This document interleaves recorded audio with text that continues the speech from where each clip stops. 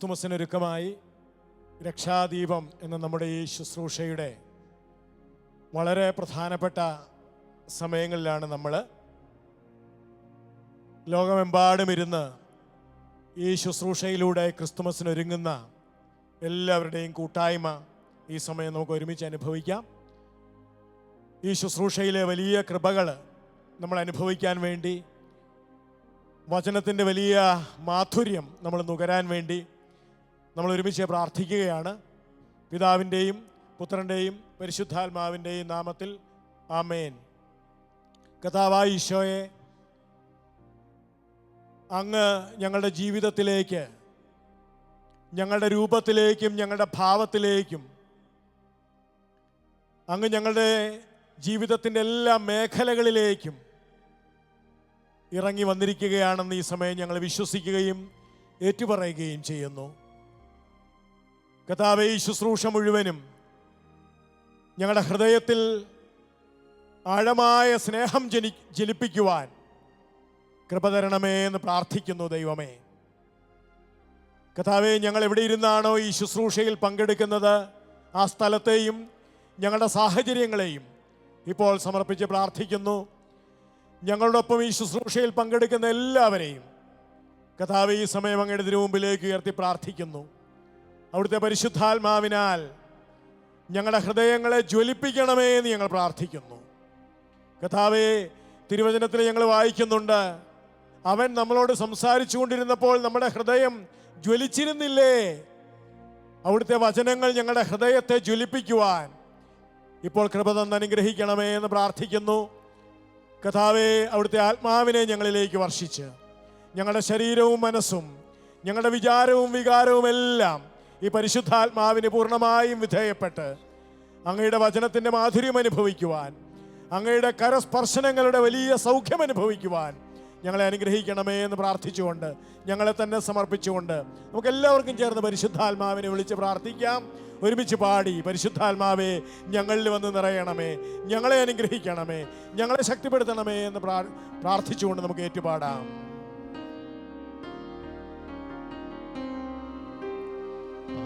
പാവനാത്മാവേ നീ വരേണമേ, മാനസ മണിക്കോവിലിൽ നായകാഞ്ഞങ്ങൾ നാവിനാലങ്ങി സ്നേഹസംഗീതം പാടുന്നു.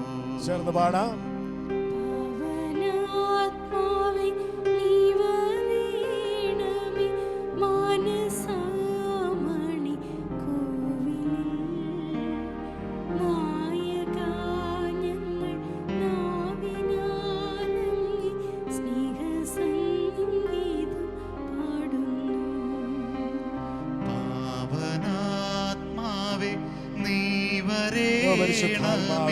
മാനസ മണിക്കോവിലിൽ ഞങ്ങളിൽ നിറയണമേ എന്ന് ഞങ്ങൾ നാവിനാലങ്ങി സ്നേഹസംഗീതം പാടുന്നു.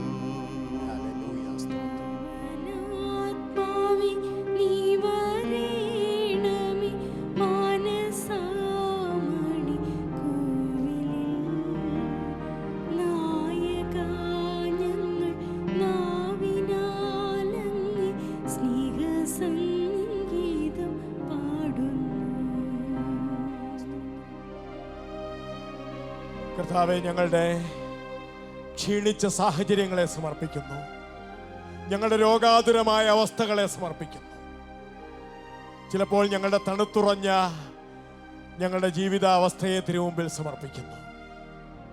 ഓ പരിശുദ്ധാത്മാവേ, ക്രിസ്തുമസിൻ്റെ ആവേശം ഞങ്ങളിൽ നിറയുവാൻ, അവിടുത്തെ പുത്രനായ ഈശോയുടെ പിറവിയുടെ ആവേശം ഞങ്ങളിൽ നിറയുവാൻ ഞങ്ങളുടെ ജീവിതത്തിലേക്ക് എഴുന്നള്ളി വരണമേ എന്ന് പ്രാർത്ഥിക്കുന്നു. ചേർന്ന് പാടാം. രോഗമുള്ളവ സൗഖ്യമാക്കുക, ഭീതിയിൽ ധൈര്യം നൽകുക. രോഗമുള്ളവ സൗഖ്യമാക്കുക, ഭീതിയിൽ ധൈര്യം നൽകുക. ആറിപ്പോയ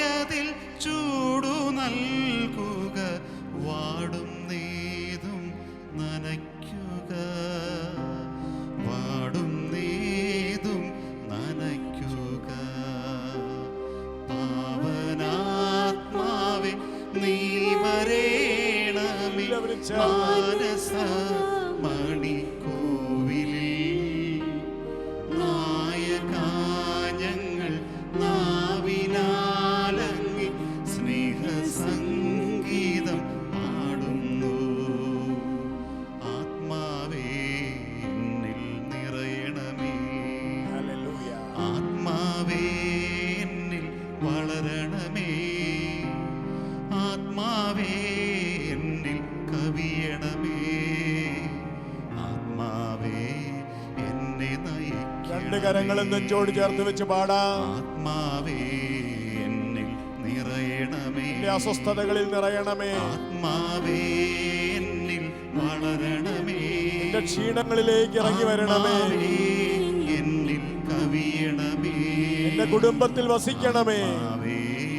എന്നെ നയിക്കണമേ. എല്ലാവരും ചേർന്ന് പാടാം. ആത്മാവേ എന്നിൽ നിറയണമേ, എന്നിൽ നിറയണമേ, ആത്മാവേ എന്നിൽ വളരണമേ, ആത്മാവേ എന്നിൽ കവിയണമേ, ആത്മാവേ എന്നെ നയിക്കണമേ. തിരുവചനം കേൾക്കാനുള്ള വലിയ കൃപ നൽകണമേ എന്ന് പ്രാർത്ഥിച്ചുകൊണ്ട് പാടാം. ആത്മാവേ എന്നിൽ നിറയണമേ, ഞങ്ങളിരിക്കുന്ന സ്ഥലത്ത് ആത്മാവേ എന്നിൽ വളരണമേ, എന്റെ ശരീരത്തിലും മനസ്സിലും ആത്മാവേ എന്നിൽ കവിയണമേ, എന്റെ ബുദ്ധിയിലും യുക്തിയിലും ആത്മാവേ എന്നെ നയിക്കണമേ. ഹല്ലേലൂയ. ഒരുമിച്ച് കരങ്ങൾ ഉയർത്തി കർത്താവിനെ സ്തുതിക്കാം. ഹല്ലേലൂയ. ഓ കർത്താവേ, ഞങ്ങൾ അങ്ങയെ സ്തുതിക്കുന്നു.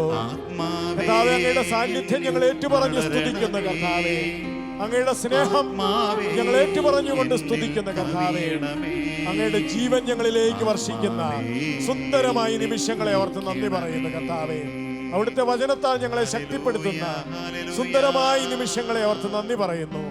ഹല്ലേലൂയ. കർത്താവേ, വചനം കേൾക്കുന്ന ലോകം മുഴുവനുമുള്ള എല്ലാ മക്കളുടെയും കൂട്ടായ്മയിൽ ചേർന്ന് നിന്നുകൊണ്ട് കർത്താവേ, ഞങ്ങൾ അങ്ങേ സ്തുതിക്കുന്നു. കർത്താവേ, ഹല്ലേലൂയ. യേശുവേ, ആരാധന. ദൈവമേ, മഹത്വം. ഓ കർത്താവേ, ഞങ്ങൾ അങ്ങയെ സ്തുതിക്കുന്നു. യേശുവേ, ഞങ്ങൾ അങ്ങയെ വാഴ്ത്തുന്നു. Hallelujah, hallelujah. കർത്താവേ, ഞങ്ങൾ അങ്ങയെ സ്തുതിക്കുന്നു. യേശുവേ, ഞങ്ങൾ അങ്ങേക്ക് നന്ദി പറയുന്നു.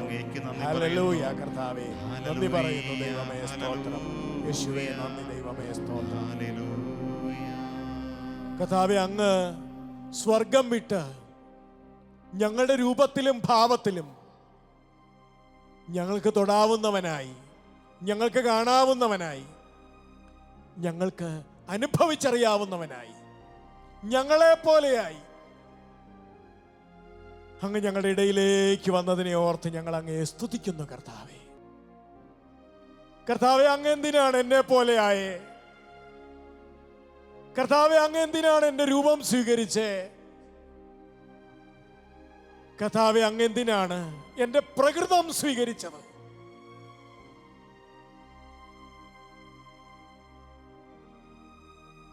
ഞാൻ നിന്നെ പോലെ ആകേണ്ടവനല്ലേ ദൈവമേ? ഈശോയെ, ഞാൻ നിന്നെ പോലെ ആകേണ്ടവനല്ലേ? അതല്ലേ കർത്താവേ ക്രിസ്തുമസ്. അങ്ങ് എന്നെ പോലെയായി, അതുവഴി ഞാൻ അങ്ങയെ പോലെയാകുന്നു. കർത്താവേ, അങ്ങ് എന്നെ പോലെ ആയത് ഞാൻ അങ്ങയെ പോലെ ആകാനാണെന്ന് എൻ്റെ ഹൃദയത്തിന് അങ്ങ് അവബോധം നൽകണമേ എന്ന് പ്രാർത്ഥിക്കുന്നു.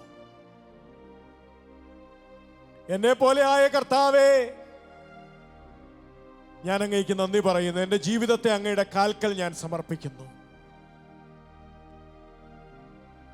അങ്ങയെ പോലെ ആവാൻ സാധിക്കാത്ത എൻ്റെ പ്രകൃതത്തെ ഞാൻ അങ്ങേക്ക് സമർപ്പിക്കുന്നു.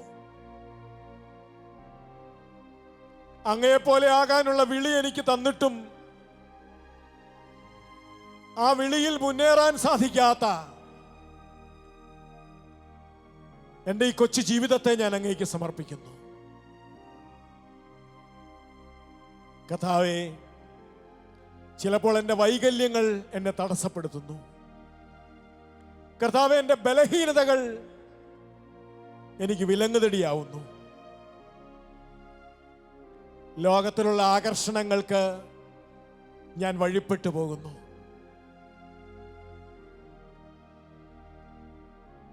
കർത്താവെ, വീണ്ടും ഈ ഒരു ക്രിസ്തുമസ് അങ്ങേ പോലെ ആകാനുള്ള എൻ്റെ വിളിയെ എനിക്ക് ബോധ്യപ്പെടുത്തി തരുന്നു. ഒരു ക്രിസ്തുമസ് കൂടി എൻ്റെ ജീവിതത്തിലേക്ക് വരുന്നു. മകനെ, മകളെ, എന്നെ പോലെ ആകൂ എന്നുള്ള വലിയ വിളിയുമായി ഒരു ക്രിസ്തുമസ് കൂടി ഞങ്ങളുടെ ജീവിതത്തിലേക്ക് വരുന്നു. കർത്താവേ, ഈ വിളി സ്വീകരിക്കാനുള്ള വലിയ ധൈര്യം ഞങ്ങൾക്ക് തന്നെ അനുഗ്രഹിക്കണമേ എന്ന് പ്രാർത്ഥിക്കുന്നു. പരിശുദ്ധ അമ്മേ, അമ്മ അവിടുത്തെ പുത്രനെ ഉദരത്തിൽ സ്വീകരിക്കുക മാത്രമല്ലല്ലോ ചെയ്തത്, അമ്മയും അവിടുത്തെ പുത്രനെ പോലെയായി ലോകത്തിൽ. അങ്ങേ പുത്രൻ നടന്ന വഴികളിലൂടെ അമ്മയും നടന്നു. മാതാവേ, അവിടുത്തെ പുത്രനായി ഈശോ നടന്ന വഴികളിലൂടെ ഞങ്ങൾക്കും നടക്കാൻ,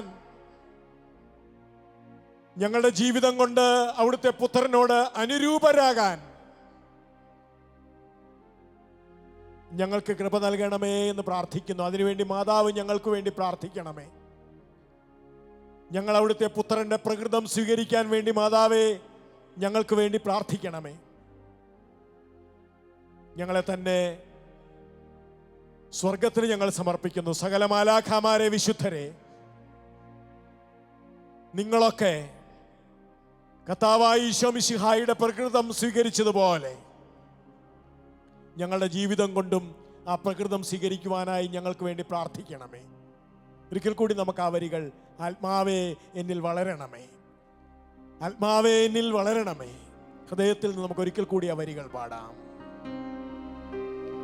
ആത്മാവേ എന്നിൽ നിറയണമേ, ആത്മാവേ എന്നിൽ വളരണമേ, ആത്മാവേ എന്നിൽ കവിയണമേ, ആത്മാവേ എന്നെ നയിക്കണമേ. രണ്ട് കരങ്ങളും തുറന്നു പിടിച്ചു പാടാം.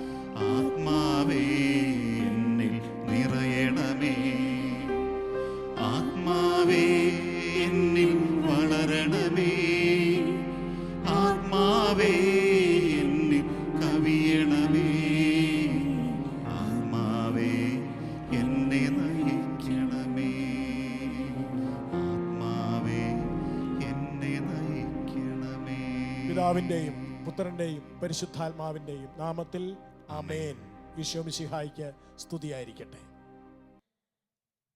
നോക്കൂ, സ്വർഗം എൻ്റെയും നിങ്ങളുടെയും സാദൃശ്യത്തിൽ, എൻ്റെയും നിങ്ങളുടെയും പ്രകൃതത്തിൽ,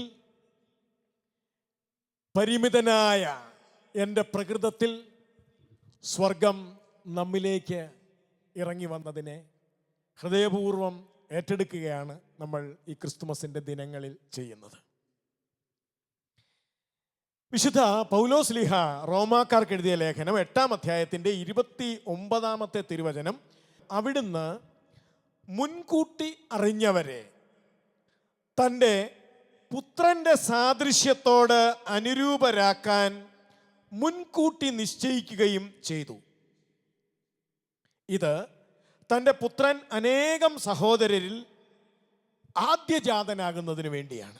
പ്രിയപ്പെട്ടവരെ, വിശുദ്ധ പൗലോസ് ലീഹ റോമാക്കാരെ മനോഹരമായ ഒരു രഹസ്യത്തിലേക്ക് അവരുടെ ചിന്തകളെ കൊണ്ടുപോവുകയാണ്. ക്രിസ്തു അനേകം സഹോദരരിൽ ആദ്യജാതനാകണം. അങ്ങനെ സംഭവിക്കണമെങ്കിൽ എന്ത് നമ്മുടെ ജീവിതത്തിൽ എന്ത് സംഭവിക്കണം? അതാണ് പൗലോസ് ലീഹ 8:29 ആദ്യത്തെ ഭാഗത്ത് പറയുന്നത്. അവിടുന്ന് മുൻകൂട്ടി അറിഞ്ഞവരെ തൻ്റെ പുത്രൻ്റെ സാദൃശ്യത്തോട് അനുരൂപരാകാൻ, വളരെ മനോഹരമായൊരു വാക്കാണ്. തൻ്റെ പുത്രൻ്റെ സാദൃശ്യത്തോട്, പുത്രനോട്, എല്ലാ അർത്ഥത്തിലും പുത്രനോട് അനുരൂപരാകാൻ അവിടുന്ന് നമ്മളെ വിളിച്ചു. പ്രിയപ്പെട്ടവരെ, നമ്മൾ ഈ ക്രിസ്തുമസ് കാലഘട്ടത്തെ ആത്മശോധന ചെയ്യേണ്ടത്, എൻ്റെ രൂപത്തിലേക്കും എൻ്റെ ഭാവത്തിലേക്കും അവൻ ഇറങ്ങി വന്നിട്ട് എന്നെ അവൻ്റെ സാദൃശ്യത്തിലേക്ക് ഉയർത്തി. ഞാൻ ഉയർന്നോ? ചിലപ്പോഴെങ്കിലുമൊക്കെ നമ്മൾ നമ്മുടെ ചില ബലഹീനതകളെ മറച്ചു വയ്ക്കാൻ വേണ്ടിയും, അല്ലെങ്കിൽ നമ്മുടെ തന്നെ ചില കുറവുകളെ ന്യായീകരിക്കാൻ വേണ്ടിയും ചിലപ്പോഴെങ്കിലും നമ്മൾ ഉപയോഗിക്കുന്ന ഒരു പദമുണ്ട്, മനുഷ്യരല്ലേ, നമ്മൾ ദൈവമല്ലല്ലോ, നമ്മളെ കൊണ്ട് ഇത്രയൊക്കെ അല്ലേ പറ്റുള്ളൂ. ഇത് നാം നമ്മെ തിരിച്ചറിയാത്തത് മൂലം നാം നമ്മെക്കുറിച്ച് നടത്തുന്ന പ്രസ്താവനയാണ്. ഇവിടെയാണ് വിശുദ്ധ യോഹന്നാന്റെ സുവിശേഷം 1-ാം അധ്യായം 35 മുതൽ 40 വരെയുള്ള വാക്യങ്ങൾ. ഇത് ആദ്യ ശിഷ്യന്മാരെ ഈശോ കണ്ടുമുട്ടുന്ന ഭാഗമാണ്. അടുത്ത ദിവസം യോഹന്നാൻ തൻ്റെ ശിഷ്യന്മാരിൽ 2 പേരോടുകൂടി നിൽക്കുമ്പോൾ യേശു നടന്നു വരുന്നത് കണ്ടു പറഞ്ഞു, ഇതാ ദൈവത്തിൻ്റെ കുഞ്ഞാട്. അവൻ പറഞ്ഞത് കേട്ട് ആ 2 ശിഷ്യന്മാർ യേശുവിനെ അനുഗമിച്ചു. നോക്കണേ, സുന്ദരമായ ചില പദങ്ങൾ നമ്മൾ അതിനകത്തുനിന്ന് നമ്മുടെ ഹൃദയത്തിൽ കോറിയിടണം. അവൻ പറഞ്ഞത് കേട്ട് ആ 2 ശിഷ്യന്മാർ അവനെ അനുഗമിച്ചു. ധാരാളം പ്രാവശ്യം നമ്മൾ സുവിശേഷത്തിൽ കാണുന്ന ഒരു വാക്കാണ് അനുഗമിക്കുക. എന്താ അനുഗമിക്കുക? നമുക്ക് വളരെ വളരെ എളുപ്പം പറയാവുന്ന വാക്കാണ്. അനുഗമിക്കുക എന്താ? പിന്നാലെ പോവുക. അനുഗമിക്കുക എന്താ? മുമ്പേ നടക്കുന്നവൻ ചെയ്യുന്നതൊക്കെ ചെയ്യുക.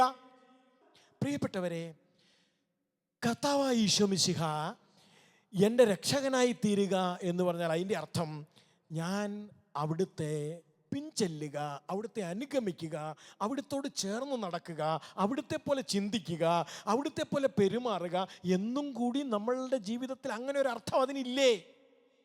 ഉണ്ടെന്നാണ് ഇവിടെ ഈ വിശുദ്ധ ഗ്രന്ഥ ഭാഗം. ഞാൻ ഒന്നുകൂടി ആ ഭാഗത്തേക്ക് വരികയാണ്. വിശുദ്ധ യോഹന്നാന്റെ സുവിശേഷം 1-ാം അധ്യായത്തിൽ ഇത് പറഞ്ഞ് കേട്ട് ആ 2 ശിഷ്യന്മാർ യേശുവിനെ അനുഗമിച്ചു.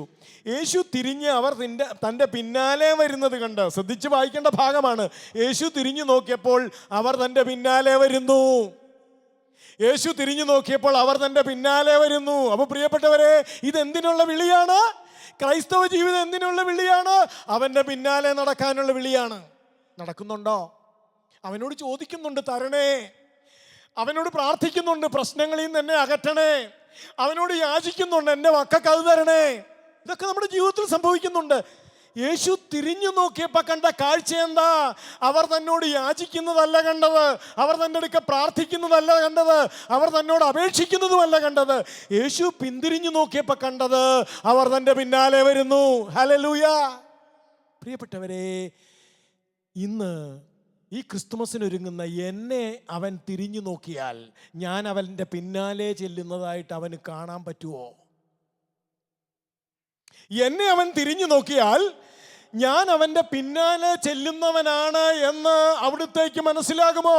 നോക്കൂ, ഇനി നമ്മൾ വീണ്ടും വായിക്കണം. യേശു തിരിഞ്ഞ് അവർ തൻ്റെ പിന്നാലെ വരുന്നത് കണ്ട് ചോദിച്ചു, നിങ്ങളെന്താ അന്വേഷിക്കുന്നു? നിങ്ങളെന്താ അന്വേഷിക്കണേ? നിങ്ങൾക്ക് എന്താ വേണ്ടേ? നമ്മൾ എന്തുത്തരം പറയും? ഒന്ന് ആലോചിച്ച് നോക്കൂ പ്ലീസ്. നമ്മൾ എന്തുത്തരം പറയും? നിനക്കെന്നാ വേണ്ടേ? പ്രിയപ്പെട്ടവരെ, നമുക്ക് വേണ്ടതിൻ്റെ ഒരു ലിസ്റ്റ് ഉണ്ട് നമ്മുടെ കയ്യിൽ. നമുക്ക് വേണ്ടതിൻ്റെ ഒരു ലിസ്റ്റ് നമ്മുടെ കയ്യിലുണ്ട്.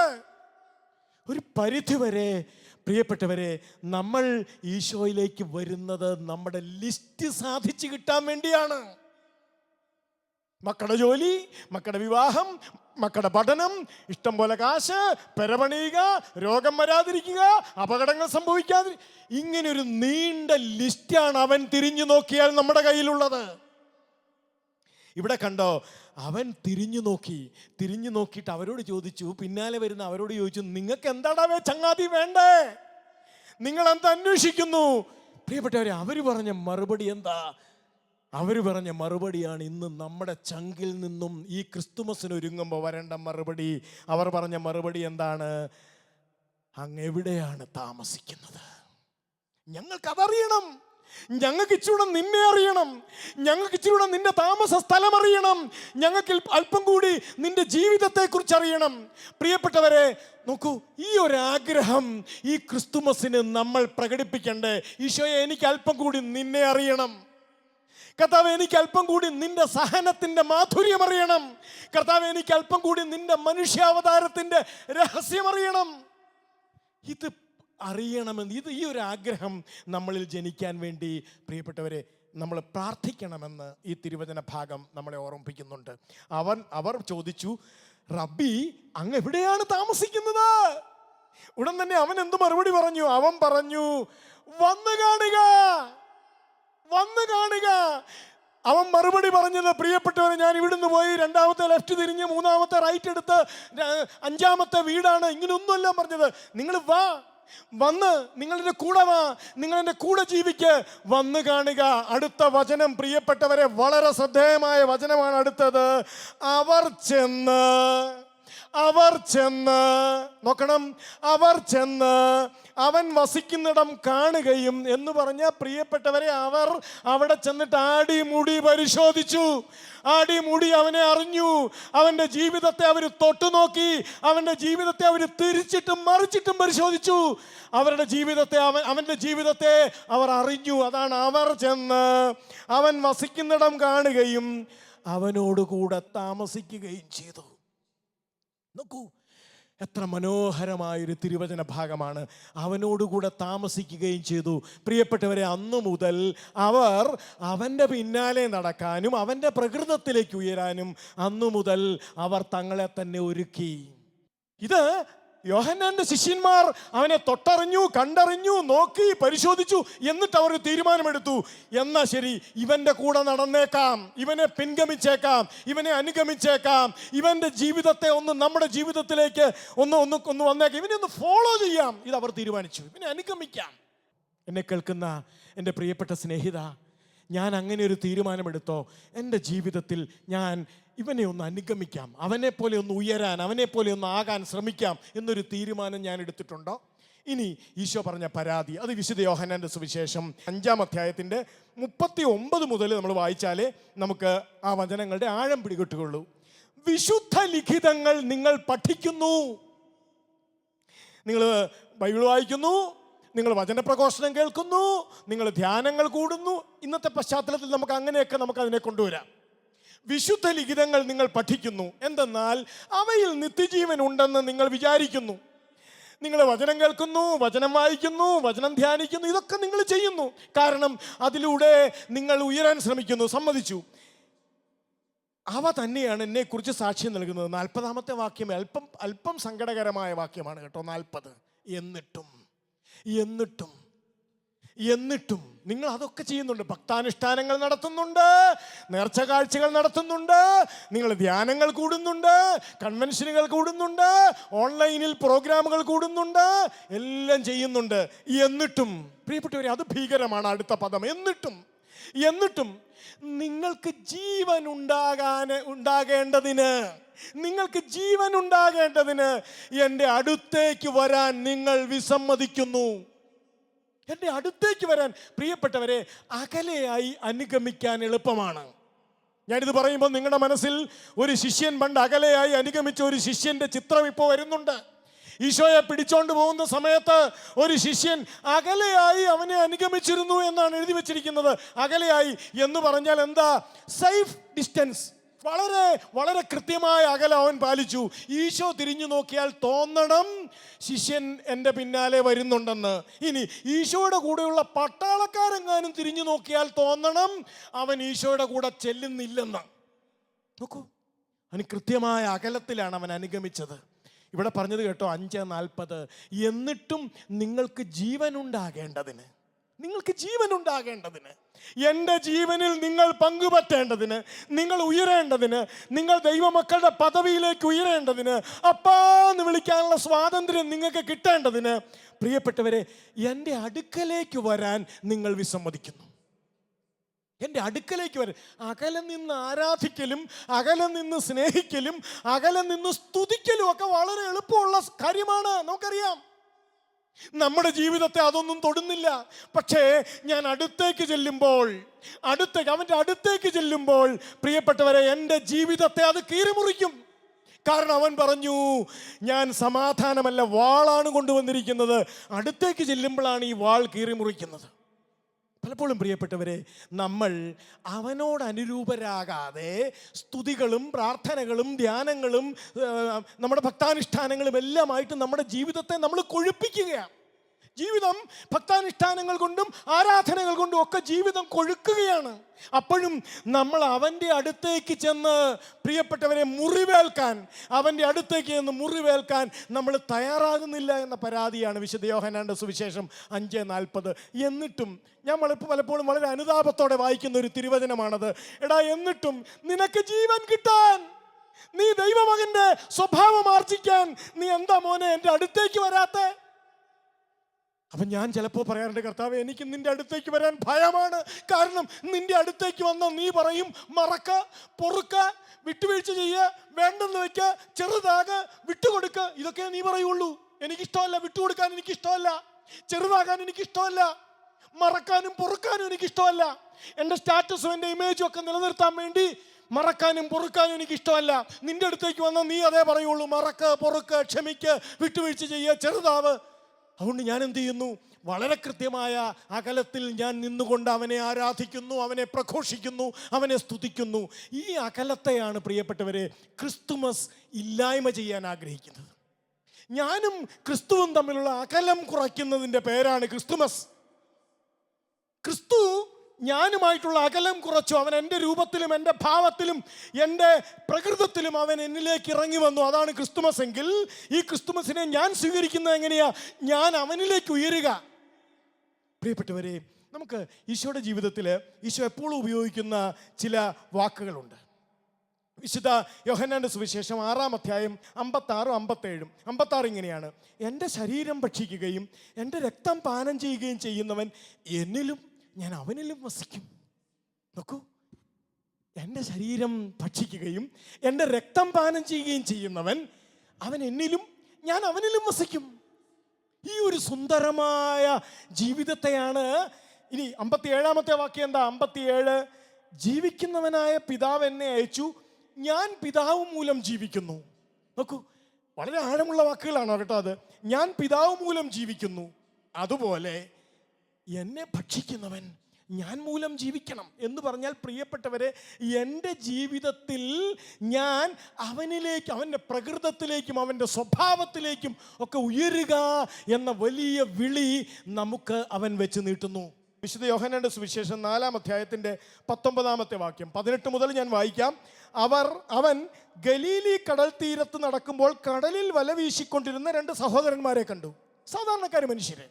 പത്രോസ് എന്ന് വിളിക്കപ്പെടുന്ന ശിമയോനും അവൻ്റെ സഹോദരൻ അന്ത്രയോസും. ഇവർ 2 പേരുമാണ്. അവർ മീൻപിടുത്തക്കാരായിരുന്നു. ചുരുടി വർണ്ണിക്കുകയാണ്. അവർ മീൻപിടുത്തക്കാരായിരുന്നു, അവർ കൂലിപ്പണിക്കാരായിരുന്നു, അവർ കർഷകരായിരുന്നു, അല്ലെങ്കിൽ അവർ കച്ചവടക്കാരായിരുന്നു, അല്ലെങ്കിൽ അവർ അധ്യാപകരായിരുന്നു, അല്ലെങ്കിൽ അവർ ഗവൺമെൻറ് ഉദ്യോഗസ്ഥരായിരുന്നു. ഇങ്ങനെയൊക്കെ പറയാവുന്ന സാധാരണ 2 മനുഷ്യരെ കണ്ടു. അവരുടെ പച്ചയായ ജീവിതം. പ്രിയപ്പെട്ടവരെ, ഈ സാധാരണ മനുഷ്യരോട് അവൻ പറഞ്ഞത് സാധാരണ കാര്യമല്ല. അവിടെയാണ് ആ വചനത്തിൻ്റെ ആഴം. ഈ സാധാരണ മീൻപിടുത്തക്കാരായ ഈ സാധാരണ മനുഷ്യരോട് അവൻ പറഞ്ഞത് സാധാരണ കാര്യമല്ല പറഞ്ഞത്. എന്താ അവൻ പറഞ്ഞത്? സാധാരണക്കാരായ ഇവരോട് ഇവനൊരു അസാധാരണ കാര്യം പറഞ്ഞു. അവൻ അവരോട് പറഞ്ഞു, എന്നെ അനുഗമിക്കുക. Come and follow me. എന്നെ അനുഗമിക്കുക. ഇവൻ ആരാ? സ്വർഗത്തിൽ നിന്ന് ഇറങ്ങി വന്ന മനുഷ്യപുത്രൻ. അവൻ്റെ വിളി, അവൻ ഈ സാധാരണക്കാർക്ക് വെച്ചു കൊടുക്കുന്ന വിളി എന്താ? എന്നെ അനുഗമിക്കുക, എന്നെ വിശ്വസിക്കുക, എന്നോട് പ്രാർത്ഥിക്കുക. ഇങ്ങനെയുള്ള കാര്യമല്ല അവൻ പറഞ്ഞത്. നിങ്ങൾ എന്നെ അനുഗമിക്കുക എന്ന് പറഞ്ഞാൽ ഞാൻ ചെയ്യുന്നത് പോലെ ചെയ്യുക. എൻ്റെ പ്രകൃതം നിങ്ങൾ സ്വന്തമാക്കുക, എൻ്റെ ഭാവം നിങ്ങൾ സ്വന്തമാക്കുക, നിങ്ങൾ ഉയര്, നിങ്ങൾ എന്നെ അനുഗമിക്കുക. പ്രിയപ്പെട്ടവരെ, സുവിശേഷത്തിലെ എല്ലാ വിളികളും ഇങ്ങനെയാണ്. നിങ്ങൾ എന്നെ അനുഗമിക്കുക, എൻ്റെ സ്വഭാവത്തിലേക്ക് ഉയര്. ഇത് തന്നെയാണ് നമ്മൾ വിശുദ്ധ യോഹന്നാന്റെ സുവിശേഷം 1-ാം അധ്യായം 12-ാമത്തെ വാക്യത്തിൽ നമുക്ക് കാണപ്പെടറിയാവുന്ന തിരുവചനം. അവനെ സ്വീകരിച്ചവർക്കെല്ലാം, കണ്ടോ, അവനെ സ്വീകരിക്ക്, അവനെ സ്വന്തമാക്ക്. അവനെ സ്വീകരിച്ചവർക്കെല്ലാം അവൻ ദൈവമക്കളാകാൻ കഴിവ് നൽകി. അപ്പം അതിൻ്റെ അർത്ഥം എന്താ? എൻ്റെ ജീവിതത്തിൽ ഞാൻ അവനുമായി അനുരൂപപ്പെടേണ്ടത് വളരെ അത്യാവശ്യമുള്ള കാര്യമാണ്. അതാണ് റോമാലേഖനം 8:29 പറഞ്ഞത്, മുൻകൂട്ടി അറിഞ്ഞവരെ തൻ്റെ പുത്രൻ്റെ സാദൃശ്യത്തോട്. ഇനി ഈശോ അനുഭവിച്ച ഏറ്റവും വലിയ ഈ തൻ്റെ ശിഷ്യന്മാരെയും കൊണ്ടുള്ള പരസ്യ ജീവിതത്തിൽ ഈശോ അനുഭവിച്ച ഏറ്റവും വലിയ പ്രതിസന്ധി എന്തെന്ന് ചോദിച്ചാൽ, ഒരിക്കലും ഇവർക്ക് ഈ തലത്തിലേക്ക് ഉയരാൻ പറ്റുന്നില്ല. നോക്കൂ, 3 സംഭവങ്ങൾ നമ്മുടെ ശ്രദ്ധയിലൊന്ന് കൊണ്ടുവരേണ്ടത് ആവശ്യമാണ്. വിശുദ്ധ മർക്കോസ് സുവിശേഷം 8-ാം അധ്യായം. ഒന്നാമത്തേത് വിശുദ്ധ മർക്കോസിൻ്റെ സുവിശേഷം 8-ാം അധ്യായത്തിൻ്റെ 31 മുതലുള്ള വാക്യങ്ങൾ. 8:31. മനുഷ്യപുത്രൻ വളരെയേറെ സഹിക്കുകയും ജനപ്രമാണികൾ, പ്രധാന പുരോഹിതന്മാർ, നിയമജ്ഞർ എന്നിവരാൽ തിരസ്കരിക്കപ്പെടുകയും 3 ദിവസങ്ങൾക്ക് ശേഷം ഉയർത്തെഴുന്നേൽക്കുകയും ചെയ്യേണ്ടിയിരിക്കുന്നുവെന്ന് അവൻ അവരെ പഠിപ്പിക്കാൻ തുടങ്ങി. അവൻ അവരെ പഠിപ്പിക്കുന്നത് മനുഷ്യപുത്രൻ എന്തിനാണ് വന്നത്, അവൻ എന്താണ് സഹിക്കാൻ പോകുന്നത്, അവൻ എങ്ങനെ മരിക്കും, ഇതൊക്കെ അവരെ പഠിപ്പിക്കുകയാണ്. പ്രിയപ്പെട്ടവരെ, അടുത്ത വചനം എന്താണെന്ന് നിങ്ങൾക്ക് കാണാപ്പാടമാണ്. അപ്പോൾ പത്രോസ് അവനെ മാറ്റി നിർത്തി തടസ്സം പറയാൻ തുടങ്ങി. ഗുരു, നിനക്കിതൊന്നും സംഭവിക്കരുത്, നീ ഇങ്ങനെ മരിക്കരുത്, നീ ഇങ്ങനെ കൊല്ലപ്പെടരുത്, നീ ഇങ്ങനെയൊന്നും ആവരുത്. കണ്ടോ, ഒരിക്കലും അവനോടൊത്ത് ചിന്തിക്കാൻ പറ്റാത്ത, അവൻ്റെ തലത്തിലേക്ക് ഉയർന്ന് ചിന്തിക്കാൻ പറ്റാത്ത ശിഷ്യർ. കർത്താവ് നേരിട്ട പ്രതിസന്ധിയാണ്. അവിടെയാണ് കർത്താവ് പത്രോസിനോട് പറഞ്ഞത്, സാത്താനെ, എന്ന് പറഞ്ഞാൽ പ്രിയപ്പെട്ടവരെ, നമ്മളെ കർത്താവിലേക്ക് വളരുന്നതിൽ നിന്ന് തടസ്സപ്പെടുത്തുന്ന ഏതൊരു ചിന്തയും അത് ദൈവികമല്ല. എന്നെ കൊണ്ട് ഇത്രയൊക്കെ പറ്റുള്ളൂ, നമ്മളതിന് മനുഷ്യരല്ലേ, ഈ ചിന്ത ദൈവികമല്ല. നമ്മളെ അവനോട് അനുരൂപരാക്കാൻ വേണ്ടിയാണ് അവൻ നമുക്ക് വേണ്ടി സഹിച്ചതും അവൻ നമുക്ക് വേണ്ടി മരിച്ചതും. ഇനി നമുക്ക് പറയാൻ പറ്റില്ല, ഞാൻ മനുഷ്യനല്ലേ, എന്നെ കൊണ്ട് അതിന് വല്ലതും പറ്റുമോ, ഞാൻ ദൈവമൊന്നും അല്ലല്ലോ എന്ന് നമുക്കിനി പറയാൻ പറ്റില്ല. കാരണം എൻ്റെ മാനുഷിക ബലഹീനതകളെ എല്ലാം അവൻ കുരിശിൽ ഉയർത്തി, ആ കുരിശിൽ പ്രിയപ്പെട്ടവരെ സഹിച്ചത് എനിക്ക് ദൈവിക സ്വഭാവം നൽകാനാണ്. അങ്ങനെയെങ്കിൽ ഞാനത് ആർജിക്കണം. എനിക്ക് ദൈവിക സ്വഭാവം നൽകാനാണ്, നമ്മളത് ആർജിക്കണം. അല്ലാതെ നമ്മളിവിടെ കിടന്ന് ഈ പുഴുക്കളെ പോലെ നമ്മുടെ ബലഹീനതകളിൽ കിടന്ന് നിരങ്ങി നമ്മളിവിടെ ജീവിക്കാനല്ല. പകരം ചിത്രശലഭങ്ങളെ പോലെ യേശുക്രിസ്തുവിനോടൊപ്പം കുരിശിൽ മരിച്ച ഞാനും നിങ്ങളും അവനോടൊപ്പം ഉയർത്തെഴുന്നേറ്റു. ഇത് ഗലാത്യ ലേഖനത്തിൽ വിശുദ്ധ പൗലോസ്ലീഹ ഗലാത്യരെ പഠിപ്പിച്ചതാണ്. അവനോടൊപ്പം നിങ്ങൾ ഉയർത്തെഴുന്നേറ്റവരാണ്. എന്നെ കേൾക്കുന്ന നിങ്ങളും ഞാനും, നിങ്ങളുടെ മുമ്പിൽ നിന്നുകൊണ്ട് ഈ പ്രസംഗിക്കുന്ന ഞാനും എന്നെ കേട്ടോണ്ടിരിക്കുന്ന നിങ്ങളും യേശുക്രിസ്തുവിനോടൊപ്പം ഉയർപ്പിക്കപ്പെട്ടവരാണ്. അതുകൊണ്ട് എന്തു വേണം? അവനെ നമ്മുടെ ജീവിതത്തിൽ അവനെ അനുകരിക്കാൻ, നമ്മുടെ ജീവിതത്തിൽ അവനെ അനുകരിക്കാനുള്ള ബാധ്യത നമുക്കുണ്ട് എന്നാണ് തിരുവചനം നമ്മളെ പഠിപ്പിക്കുന്നത്. അപ്പോൾ നമ്മൾ പറഞ്ഞു വന്നത് മർക്കോസ് സുവിശേഷത്തിൽ 8-ാമത്തെ അധ്യായത്തിൽ ഈശോ ഉയർത്താൻ ശ്രമിക്കുകയാണ്, പക്ഷെ അവർക്ക് പറ്റുന്നില്ല. ഇനി 9-ാമത്തെ അധ്യായത്തിൽ, അടുത്ത അധ്യായത്തിൽ ഇത് തന്നെ നമ്മൾ കാണുന്നുണ്ട്.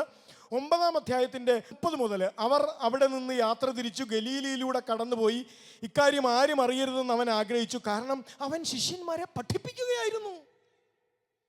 അവൻ ശിഷ്യന്മാർക്ക് വളരെ ആഴമുള്ള ചില കാര്യങ്ങൾ അവർക്ക് പകർന്നു കൊടുക്കുകയാണ്. അവൻ അവരെ പഠിപ്പിക്കുകയാണ്. എന്താണ് അവൻ പഠിപ്പിച്ചത്? അവൻ പറഞ്ഞു, മനുഷ്യപുത്രൻ മനുഷ്യരുടെ കൈകളിൽ ഏൽപ്പിക്കപ്പെടുകയും അവർ അവനെ വധിക്കുകയും ചെയ്യും. വധിക്കപ്പെട്ട് 3-ാം ദിവസം അവൻ ഉയർത്തെഴുന്നേൽക്കും. ഇതൊക്കെ അവരെ പഠിപ്പിക്കുകയാണ്. പ്രിയപ്പെട്ടവരെ, അത് കഴിഞ്ഞ് വീട്ടിൽ ചെന്നപ്പോൾ അവൻ അവരോട് ചോദിച്ചു, വഴിയിൽ വെച്ച് നിങ്ങൾ എന്തിനെക്കുറിച്ചാണ് തമ്മിൽ തർക്കിച്ചിരുന്നത്? അപ്പോൾ അവർ പറഞ്ഞ മറുപടി നിങ്ങൾക്ക് കാണാപ്പാടം അറിയാമല്ലോ. ഞങ്ങൾ അവിടെ വഴി വെച്ച് ഇവൻ വലിയ കാര്യങ്ങൾ പഠിപ്പിച്ചുകൊണ്ടിരിക്കുകയാണ്. ചങ്ങാതിമാരെ, ഞാൻ നിങ്ങൾക്ക് വേണ്ടി മരിക്കും, അവരെന്നെ പിടിക്കും, അവരെന്നെ കൊല്ലും, ഇതൊക്കെ പഠിപ്പിച്ചുകൊണ്ടിരിക്കുമ്പോൾ അവർ തർക്കിക്കുന്നത് എന്തിനെക്കുറിച്ചാ? ഞാനാണോ വലുത്, നീയാണോ വലുത്? ആദ്യം എന്നെയാണോ വിളിച്ചത്, ആദ്യം നിന്നെയാണോ വിളിച്ചത്? എന്നെയാണ് ആദ്യം വിളിച്ചത്, അതുകൊണ്ട് ഞാനാണ് വലുത്. നീ രണ്ടാമത് വിളിക്കപ്പെട്ടവനാണ്, നീ ചെറുതാണ്. അവരെത്ര താഴ്ന്ന് ചിന്തിക്കുന്നവരാണ്. വലിപ്പ ചെറുപ്പം അന്വേഷിക്കുന്നു. ഞാനാണോ വലുത്? പണം ഉള്ളവനാണോ വലുത്? പണം ഇല്ലാത്തവനാണോ വലുത്? വിദ്യാഭ്യാസം ഉള്ളവനാണോ വലുത്? വിദ്യാഭ്യാസം ഇല്ലാത്തവനാണോ വലുത്? ഇങ്ങനെ എന്തെല്ലാം താഴെയുള്ള കാര്യങ്ങളാണ് അവർ അന്വേഷിക്കുന്നത്. അവർക്ക് ഉയരാൻ സാധിക്കുന്നില്ല. 10-ാം അധ്യായത്തിലും ഇത് തന്നെ നമ്മൾ കാണും. മർക്കോസ് സുവിശേഷം 10-ാം അധ്യായത്തിലും 32 മുതൽ അവർ ജെറൂസലേമിലേക്കുള്ള വഴിയെ നടന്നു പോവുകയായിരുന്നു. യേശു അവരുടെ മുമ്പിൽ നടന്നിരുന്നു. അവർ വിസ്മയിച്ചു. അനുയാത്ര ചെയ്തിരുന്നവർ ഭയപ്പെടുകയും ചെയ്തു. അവൻ 12 പേരെയും അടുത്ത് വിളിച്ച്, അവരെ മാത്രം അടുത്ത് വിളിച്ച് തനിക്ക് സംഭവിക്കാനിരുന്ന കാര്യങ്ങൾ അവരെ പഠിപ്പിക്കാൻ തുടങ്ങി. എന്നിട്ട് അവൻ പഴയ പോലെ പറഞ്ഞു, ഇതേ നമ്മൾ ജെറൂസലേമിലേക്ക് പോവുകയാണ്, അവരെന്നെ പിടിക്കും, തല്ലും, കൊല്ലും എന്നൊക്കെ പറയാൻ തുടങ്ങി. അപ്പോൾ അവരുടെ ഇച്ചിരി കഴിഞ്ഞ് തിരിഞ്ഞു നോക്കിയപ്പോൾ കാണുന്ന ആരെയാ? 2 ശിഷ്യന്മാരുടെ അമ്മ റെക്കമെൻഡേഷനും കൊണ്ട് വന്നേക്കുവാണ്. ഇതേ, നീ മരിക്കുവോ മരിക്കാണ്ടിരിക്കുവോ, ഇതൊന്നും ഞങ്ങളുടെ വിഷയമല്ല. ഒരാൾക്ക് ആ സ്ഥാനം, ഒരാൾക്ക് ഈ സ്ഥാനം കൊടുക്കണം. അത്ര താഴെ തലത്തിലാണ് ചിന്തിക്കുന്നത്.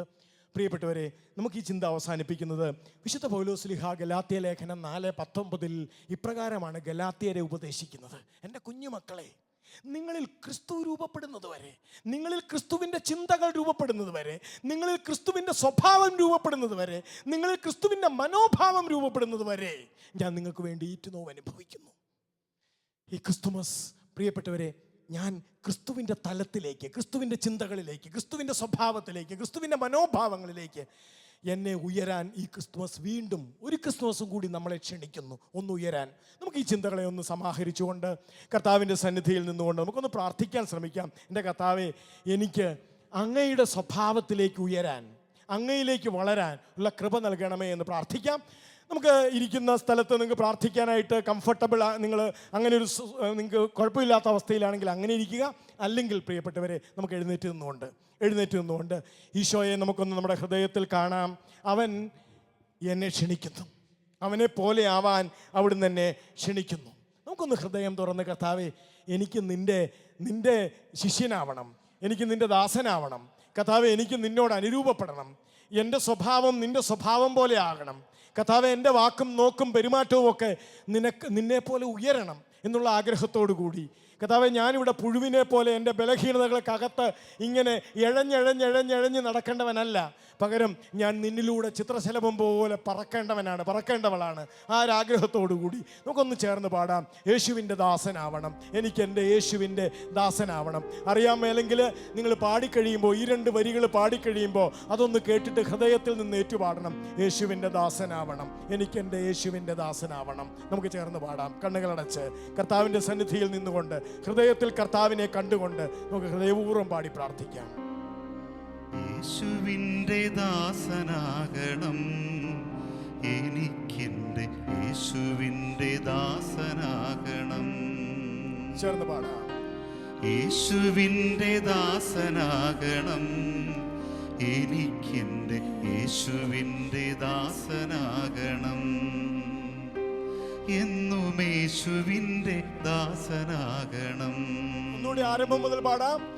യേശുവിൻ്റെ ദാസനാകണം, എനിക്കെൻ്റെ യേശുവിൻ്റെ ദാസനാകണം. എന്നും യേശുവിൻ്റെ ദാസനാകണം. കർത്താവേ,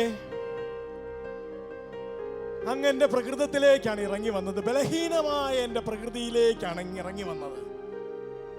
പരിമിതികളുള്ള എൻ്റെ പ്രകൃതിയിലേക്കാണ് അങ്ങ് സ്വർഗം വിട്ടിറങ്ങി വന്നത്. അങ്ങ് ദാസന്റെ വേഷം സ്വീകരിച്ചു, ആകൃതിയിൽ പരിമിതനായ എന്നെ പോലെ കാണപ്പെട്ടു. കർത്താവ്, ഇതെന്നെ ഉയർത്താനാണ്, ഇതെന്നെ അങ്ങിലേക്ക് വളർത്താനും ഉയർത്താനുമാണ്. അതുകൊണ്ട് കർത്താവെ, എനിക്ക് അങ്ങയുടെ രൂപം സ്വീകരിക്കാനുള്ള കൃപ നൽകണമേ എന്ന് പ്രാർത്ഥിക്കുന്നു.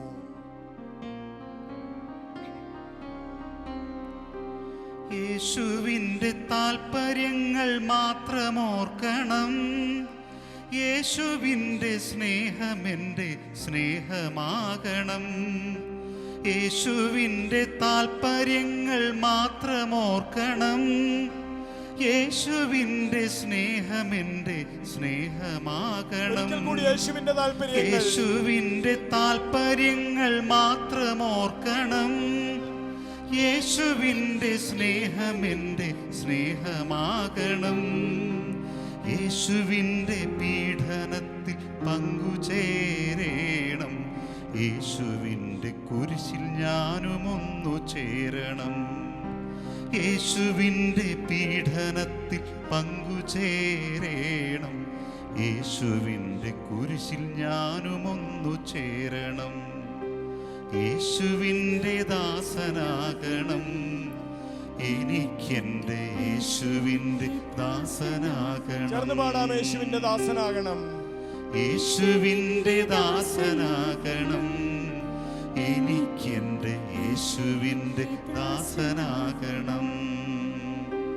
എന്നും യേശുവിൻ്റെ ദാസനാകണം. നമുക്കൊന്ന് യേശുവിനെ പോലെയാകണമെന്നൊന്ന് പാടാം. എൻ്റെ കർത്താവേ, അങ്ങയെ പോലെയാകണം എനിക്ക്. അങ്ങ് തിരിഞ്ഞു നോക്കിയപ്പോൾ യോഹന്നാന്റെ ശിഷ്യന്മാർ അങ്ങയുടെ പിന്നാലെ വരുന്നത് കണ്ടു, അങ്ങയുടെ പുറകെ വരുന്നത് കണ്ടു, അങ്ങയെ അനുഗമിക്കുന്നത് കണ്ടു. അപ്പോൾ അങ്ങ് അവരോട് ചോദിച്ചു, എന്താ വേണ്ടേ? എന്താ നിങ്ങൾക്ക് വേണ്ടത്? നിങ്ങൾ എന്താണ് അന്വേഷിക്കുന്നത്? അവർക്ക് വേറൊന്നും വേണ്ടായിരുന്നു. ഞങ്ങൾക്ക് ഇച്ചിരൂടെ നിന്നെ അറിയണം, നീ എവിടെയാണ് താമസിക്കുന്നത്, കർത്താവെ ഞങ്ങൾക്ക് അല്പം കൂടി അങ്ങേ അറിയണം. പ്രിയമുള്ളവരെ, നമുക്ക് കർത്താവിനോട് പറയാം, എൻ്റെ കർത്താവെ, എൻ്റെ ജീവിതം ഒന്ന് നിൻ്റേതുപോലെ ആവണം. കർത്താവെ, നിൻ്റേതുപോലെ സ്നേഹം എന്നിലുണ്ടാവണം. കർത്താവെ, നിൻ്റേതുപോലെ സത്യസന്ധത എന്നിലുണ്ടാവണം. കർത്താവെ, നിൻ്റേതുപോലെയുള്ള നീതിബോധം എനിക്കുണ്ടാവണം. കർത്താവെ, നിൻ്റേതുപോലെയുള്ള കരുണ എനിക്കുണ്ടാവണം.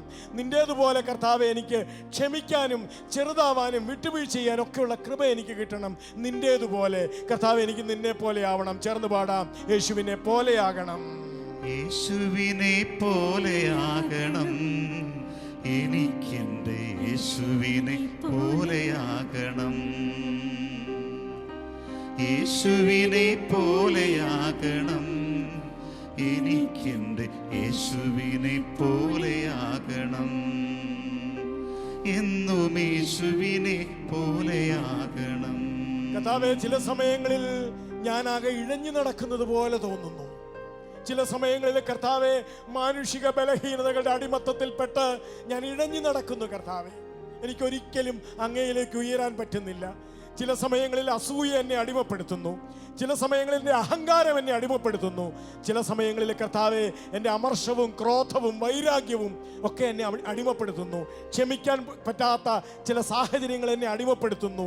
അവയ്ക്ക് അടിമപ്പെട്ട് കർത്താവെ, ഞാനിവിടെ മാനുഷിക ബലഹീനതകളുടെ അടിമത്തത്തിൽപ്പെട്ട് ഇഴഞ്ഞു നടക്കുന്നു. കർത്താവെ, എന്നെ ഉയർത്തണമേ എന്ന് പ്രാർത്ഥിച്ചുകൊണ്ട് കർത്താവെ, ഞാൻ ആഗ്രഹിച്ച് പ്രാർത്ഥിക്കുന്നു, എനിക്ക് യേശുവിനെ പോലെ ആവണം. ചേർന്ന് പാടാം. യേശുവിനെ പോലെയാകണം, എനിക്കെൻ്റെ യേശുവിനെ പോലെയാകണം. യേശുവിനെ പോലെയാകണം, എനിക്കെൻ്റെ യേശുവിനെ പോലെയാകണം.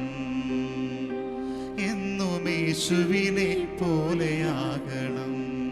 പ്രിയമുള്ളവരെ, സുവിശേഷത്തിൽ സുന്ദരമായൊരു സൂചനയുണ്ട്. ഈശോ കടലിന് മീതെ നടക്കുകയാണ്. ഈശോ കടലിന് മീതെ നടക്കുകയാണ്. അത് കണ്ടപ്പോൾ പത്രോസിനും ഒരു ആഗ്രഹം, എനിക്കും അവനെ പോലെ വെള്ളത്തിന് മീതെ നടക്കണം. അത് കർത്താവിനെ കൊണ്ട് മാത്രമേ പറ്റുള്ളൂ, ഞങ്ങൾക്ക് പറ്റുകയില്ലല്ലോ എന്നൊന്നും അവന് തോന്നിയില്ല. ഗുരു വെള്ളത്തിന് മീതെ നടന്നെങ്കിൽ എനിക്കും ആ വെള്ളത്തിന് മീതെ നടക്കണം. അവന്റെ ആഗ്രഹത്തെ അത്യാഗ്രഹമായിട്ടല്ല ഈശോയ്ക്ക് തോന്നിയത്.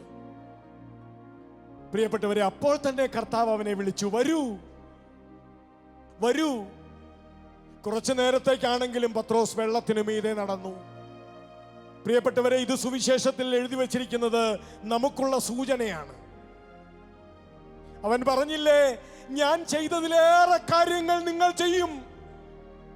ഞാൻ ചെയ്തത് മാത്രമല്ല, അവയേക്കാൾ വലിയ കാര്യങ്ങൾ നിങ്ങൾ ചെയ്യും. അത്രമാത്രം എൻ്റെ ആത്മാവിനെ, എൻ്റെ ജീവനെ ഞാൻ നിങ്ങളിലേക്ക് നൽകിയിട്ടുണ്ട്.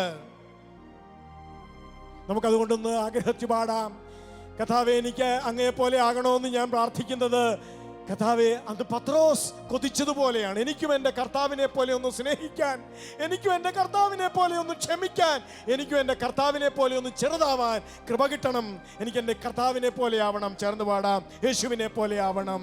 യേശുവിനെ പോലെയാകണം, എനിക്കെൻ്റെ യേശുവിനെ പോലെയാകണം. യേശുവിനെ പോലെയാകണം, എനിക്കെൻ്റെ യേശുവിനെ പോലെയാകണം. എന്നും യേശുവിനെ പോലെയാകണം. സുവിശേഷത്തിൽ വേറെ സുന്ദരമായൊരു സൂചനയുണ്ട്. അവൻ പ്രസംഗിച്ചുകൊണ്ടിരുന്നപ്പോൾ ശിഷ്യന്മാർ അവന്റെ അടുത്തെത്തി പറഞ്ഞു, നമ്മുടെ ആളുകൾ വിശക്കുന്നു, ആളുകൾക്ക് വിശക്കുന്നു, അതുകൊണ്ട് അവർക്ക് ഭക്ഷണം കഴിക്കണം. അവരെ പറഞ്ഞുവിട്, അവരെ പറഞ്ഞുവിട്. ഉടൻ തന്നെ ഈശോ ശിഷ്യന്മാരോട് പറയുന്നുണ്ട്, നിങ്ങൾ അവർക്ക് ഭക്ഷിക്കാൻ കൊടുക്ക. അവരത്ഭുതപ്പെട്ടു പോയി. 5000-ഓളം വരുന്ന പുരുഷന്മാരും അതിനടുത്ത മറ്റു ജനങ്ങളുമുള്ള ഈ വലിയ ജനാവലിക്ക് നിങ്ങൾ ഭക്ഷിക്കാൻ കൊടുക്കുവിൻ എന്നവൻ പറയുന്നത് എന്ത് കരുതിക്കൊണ്ടാണ്? ഈ ഇത്തിരി പോകുന്ന ഞങ്ങളോട്, ഈ പാവപ്പെട്ട മീൻപിടുത്തക്കാരായ ഞങ്ങളോട്. പക്ഷെ കർത്താവ് അവർക്കും നമുക്കും നൽകുന്ന സൂചനയാണത്. നിങ്ങൾ അവർക്ക് ഭക്ഷിക്കാൻ കൊടുക്കുക. നിങ്ങൾക്ക് അതിനുള്ള കൃപയുണ്ട്, നിങ്ങൾക്ക് അതിനുള്ള കഴിവുണ്ട്, നിങ്ങൾക്ക് അതിനുള്ള ശക്തിയുണ്ട്, നിങ്ങൾക്ക് അതിനുള്ള അഭിഷേകമുണ്ട്, നിങ്ങൾക്ക് അതിനുള്ള ചൈതന്യമുണ്ട്. ഉടൻ തന്നെ അവരുടെ ബലഹീനതകൾ അവർ എണ്ണിപ്പെറുക്കുകയാണ്. ഞങ്ങൾ പട്ടണത്തിൽ പോയി 200 ദിനാറയ്ക്ക് അപ്പം മേടിച്ചോണ്ട് വന്ന വല്ലോ ആകുമോ? അവർക്കൊരിക്കലും ഈശോയിലേക്ക് ഉയരാനും വളരാനും സാധിക്കുന്നില്ല. അവർക്കൊരിക്കലും അവരുടെ ഗുരുവിലേക്ക് വളരാൻ സാധിക്കുന്നില്ല. പ്രിയപ്പെട്ടവരെ, നമുക്കതിന് വേണമെങ്കിൽ അവരെ ന്യായീകരിക്കാം. കാരണം യേശു അതുവരെയും ഉയർത്തപ്പെട്ടിരുന്നില്ല, യേശു അതുവരെയും മഹത്വീകരിക്കപ്പെട്ടിരുന്നില്ല, അവിടുന്ന് തന്റെ ജീവനെ സകലർക്കുമായിട്ട് അതുവരെയും തന്നിരുന്നില്ല. എന്നാൽ നമ്മൾ ഇന്ന് ഭാഗ്യപ്പെട്ട ജനതയല്ലേ? അവൻ കുരിശിൽ മരിച്ചതിലൂടെ അവന്റെ ദൈവത്വം അവൻ എനിക്കും നിങ്ങൾക്കുമായിട്ട് വിതരണം ചെയ്തു. അവന്റെ ആത്മാവിനെ, അവന്റെ ജീവനെ ചോദിക്കുന്ന എല്ലാവർക്കുമായിട്ട് അവൻ വിതരണം ചെയ്തു. അതുകൊണ്ട് നമ്മൾ അവനെ പോലെ അവന്റെ പ്രകൃതത്തിലേക്ക് വളരാൻ വിളിക്കപ്പെട്ടവരാണ്. പ്രിയപ്പെട്ടവരെ, അവൻ ശിഷ്യന്മാരോട് പറഞ്ഞത് ഇന്ന് നമ്മളോട് പറയുന്നു, നിങ്ങൾ അവർക്ക് ഭക്ഷിക്കാൻ കൊടുക്കുവിൻ. ഈ ലോകത്തിൽ പ്രിയപ്പെട്ടവരെ, കർത്താവിന്റെ പ്രകൃതത്തിലേക്ക് ഉയർന്ന വലിയ കാര്യങ്ങൾ ചെയ്യാൻ കർത്താവ് നമ്മളെ വിളിക്കുന്നു. നമുക്ക് ചേർന്ന് പാടാം. എൻ്റെ കർത്താവേ, അങ്ങയുടെ കൃപയിൽ പങ്കുപറ്റാനുള്ള വലിയ ഒരു അഭിഷേകം എനിക്ക് തരണമേ. ചേർന്ന് പാടാം. യേശുവിനെ പോലെ ആവണം, യേശുവിനെ പോലെയാകണം, എനിക്കെന്റെ യേശുവിനെ പോലെയാകണം. എല്ലാവരും ചേർന്ന് യേശുവിനെ പോലെയാകണം, എനിക്കെന്റെ യേശുവിനെ പോലെയാകണം, എന്നും യേശുവിനെ പോലെയാകണം. നമുക്ക് 2 കരങ്ങളും ഒന്ന് നെഞ്ചോട് ചേർത്ത് വെച്ചിട്ട് ഈ വിളി നമുക്കുണ്ട് എന്നൊന്ന് ഏറ്റു പറയാം. എനിക്ക് ഈ വിളി കർത്താവ് തന്നിട്ടുണ്ട്. എന്റെ കുഞ്ഞുമക്കളെ, നിങ്ങളിൽ ക്രിസ്തു രൂപപ്പെടുന്നത് വരെ, നിങ്ങളിൽ ക്രിസ്തു രൂപമെടുക്കുന്നത് വരെ ഞാൻ നിങ്ങൾക്ക് വേണ്ടി ഈറ്റുനോവ് അനുഭവിക്കുന്നു എന്ന് പറഞ്ഞ വിശുദ്ധ പൗലോസ് തന്റെ അറിവിന്റെ ധാർഷ്ട്യം വെച്ചോണ്ട്, തന്റെ അധികാരത്തിന്റെ ധാർഷ്ട്യം വെച്ചോണ്ട് കൊലവിളിക്കാൻ ഒരു വിഷമവുമില്ലാതെ, ചോരയുടെ മണം ആസ്വദിക്കാൻ ഒരു വിഷമവുമില്ലാതെ ഓടി നടന്ന കൊലപാതകി മനുഷ്യൻ സൗൾ, അയാൾ തന്റെ ജീവിതത്തെ അടിയറ വെച്ചപ്പോൾ ആ മനുഷ്യൻ യേശുവിനോളം ഉയർന്നു. അയാൾ യേശുവിനോളം ഉയർന്നു. വിശുദ്ധ പൗലോസ് ശ്ലീഹ യേശുവിനോളം ഉയർന്നു. കൊലപാതകി മനുഷ്യൻ യേശുവിനോളം ഉയർന്നു. ആ പൗലോസാണ് ഗലാത്യരോട് പറഞ്ഞത്, എൻ്റെ കുഞ്ഞുമക്കളെ, നിങ്ങളിൽ ക്രിസ്തു രൂപപ്പെടാൻ, നിങ്ങൾ ക്രിസ്തുവിലേക്ക് ഉയരാൻ, നിങ്ങളുടെ സ്വഭാവം ക്രിസ്തുവിൻ്റെതിന് സമമാകാൻ ഞാൻ നിങ്ങൾക്ക് വേണ്ടി പ്രസവ വേദന അനുഭവിക്കുന്നത്. എൻ്റെ ദാഹം മുഴുവനും നിങ്ങൾ ക്രിസ്തുവിനോളം വളരണമെന്നാണ്. എൻ്റെ ആഗ്രഹം മുഴുവൻ നിങ്ങൾ ക്രിസ്തുവിനോളം വളരണമെന്നാണ്. നമുക്കൊന്ന് നമ്മളെ വിട്ടുകൊടുക്കാം. കർത്താവേ, ഇവിടെ ഞങ്ങളുടെ കൊച്ചു കൊച്ചു വൈകല്യങ്ങളിൽ പെട്ട് അതിൻ്റെ കെട്ടുപിണഞ്ഞ് ഞങ്ങളിവിടെ ഇഴഞ്ഞു നടക്കുന്നു. കർത്താവിന് നമുക്ക് സമർപ്പിക്കാം. ചിലപ്പോൾ ക്ഷമിക്കാൻ കഴിയാത്ത നമ്മുടെ ചില കൊച്ചു കൊച്ചു ഓർമ്മകളാവാം. സ്വന്തക്കാരോട്, കൂടപ്പുറപ്പുകളോട്, മാതാപിതാക്കളോട്, മക്കളോട്, അയൽക്കാരനോട്, ദ്രോഹിച്ചവരോട്, പിടിച്ചു പറിച്ചവനോട്, എന്നെ വേദനിപ്പിച്ചവളോട് ഒക്കെ ക്ഷമിക്കാൻ കഴിയാത്ത എൻ്റെ ആ വൈകല്യം എന്നെ കെട്ടിവരിഞ്ഞ് ഞാനിവിടെ പുഴുവിനെ പോലെ ഇഴയുന്നു. എനിക്ക് എൻ്റെ കർത്താവിനോളം ഉയരാൻ സാധിക്കുന്നില്ല. ചിലപ്പോൾ കർത്താവേ, അതെൻ്റെ ജീവിതത്തിൽ ഞാൻ കൊണ്ടു നടക്കുന്ന ചില പാപശീലങ്ങളാവാം. അതൊക്കെ എന്നെ ഇവിടെ കെട്ടിയിടുന്നു. എന്നിട്ട് ഞാനിവിടെ പുഴുവിനെ പോലെ അലയുന്നു, പുഴുവിനെ പോലെ ഇഴയുന്നു. കർത്താവെ, ഞാൻ സമർപ്പിക്കുന്നു. നമ്മളെ തന്നെ കർത്താവിന് വിട്ടുകൊടുക്കാം. ഉയരേണ്ടവരാണ് നമ്മൾ, പറക്കേണ്ടവരാണ് നമ്മൾ. എൻ്റെ കർത്താവിനോളം ഉയരേണ്ടവരാണ് നമ്മൾ. ആ സ്വാതന്ത്ര്യം അനുഭവിക്കേണ്ടവരാണ് നമ്മൾ. അതിന് തടസ്സമായ എൻ്റെ വ്യക്തി ജീവിതത്തിലെ എല്ലാ വൈകല്യങ്ങളെയും കുറവുകളെയും കർത്താവിനെ സമർപ്പിച്ചുകൊണ്ട് നമ്മുടെ ഹൃദയത്തിൽ നിന്ന് നമ്മളെ തന്നെ താഴ്ത്തി ഈശോയ്ക്ക് സമർപ്പിക്കാം. കർത്താവെ, എന്നെ ഒന്ന് സ്പർശിക്കണമേ, എന്നെ ഒന്ന് ഉയർത്തണമേ എന്ന് ആഗ്രഹിച്ചുകൊണ്ട് നമുക്ക് ചേർന്ന് പാടാം.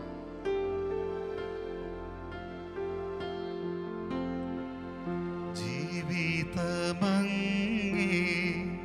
തൃപ്പാദത്തിൽ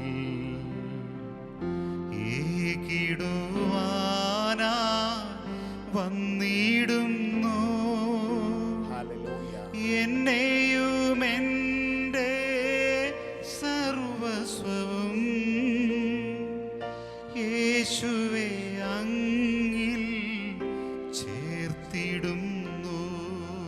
ജീവിതം അങ്ങേ തൃപ്പാദത്തിങ്കൽ.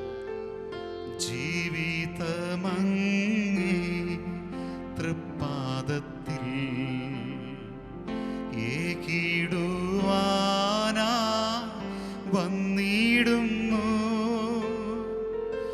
എന്നെയും എൻ്റെ സർവസ്വവും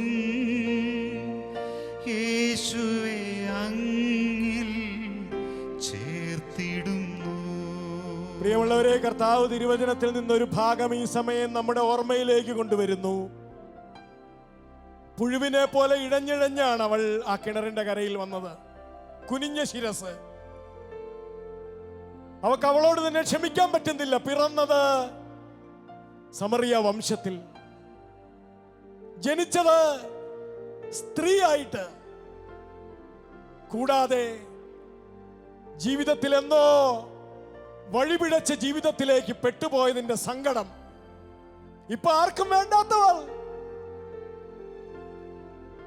അങ്ങനെ ആരുമില്ലാത്ത സമയം നോക്കി വെള്ളം കോരാൻ വേണ്ടി വന്ന പുഴുവിനെ പോലെ ഇഴഞ്ഞിഴഞ്ഞു വന്ന ആ സ്ത്രീ,